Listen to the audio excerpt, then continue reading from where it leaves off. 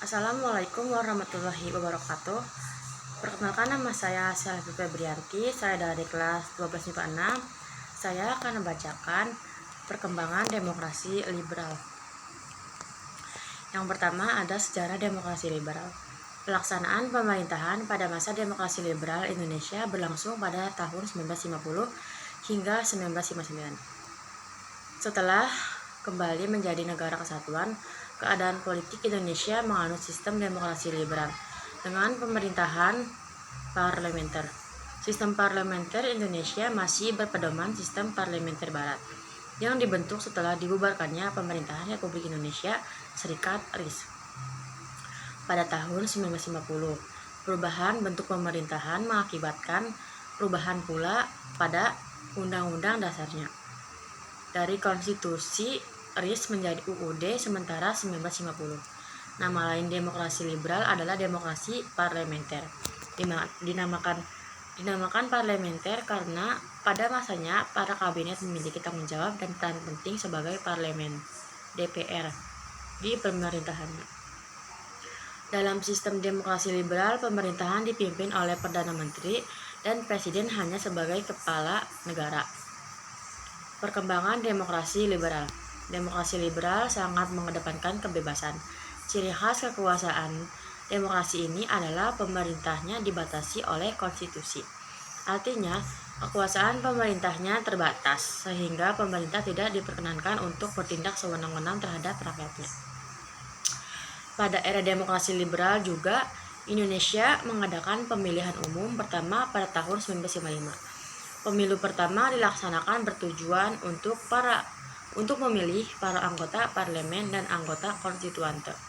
Konstituante ditugaskan untuk membentuk UUD baru, sehingga mampu menggantikan UUD sementara.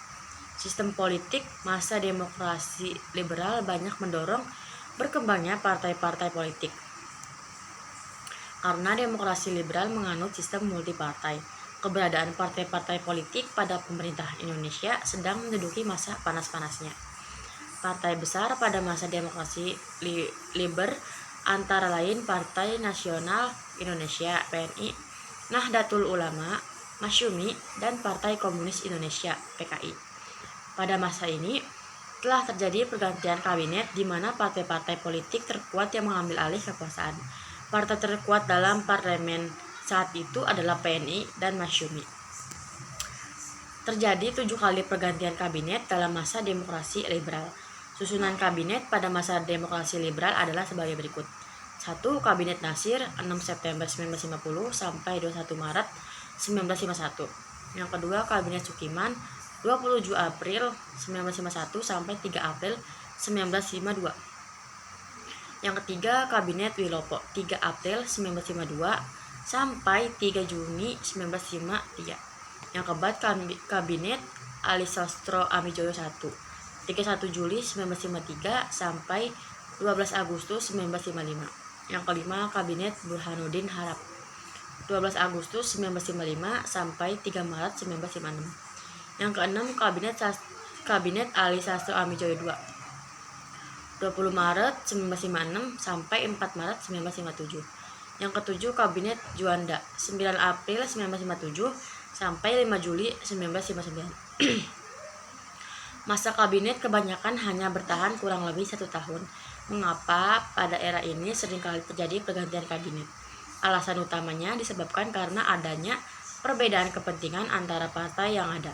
Sayangnya, perbedaan di antara partai-partai tersebut tidaklah pernah dapat terselesaikan dengan baik.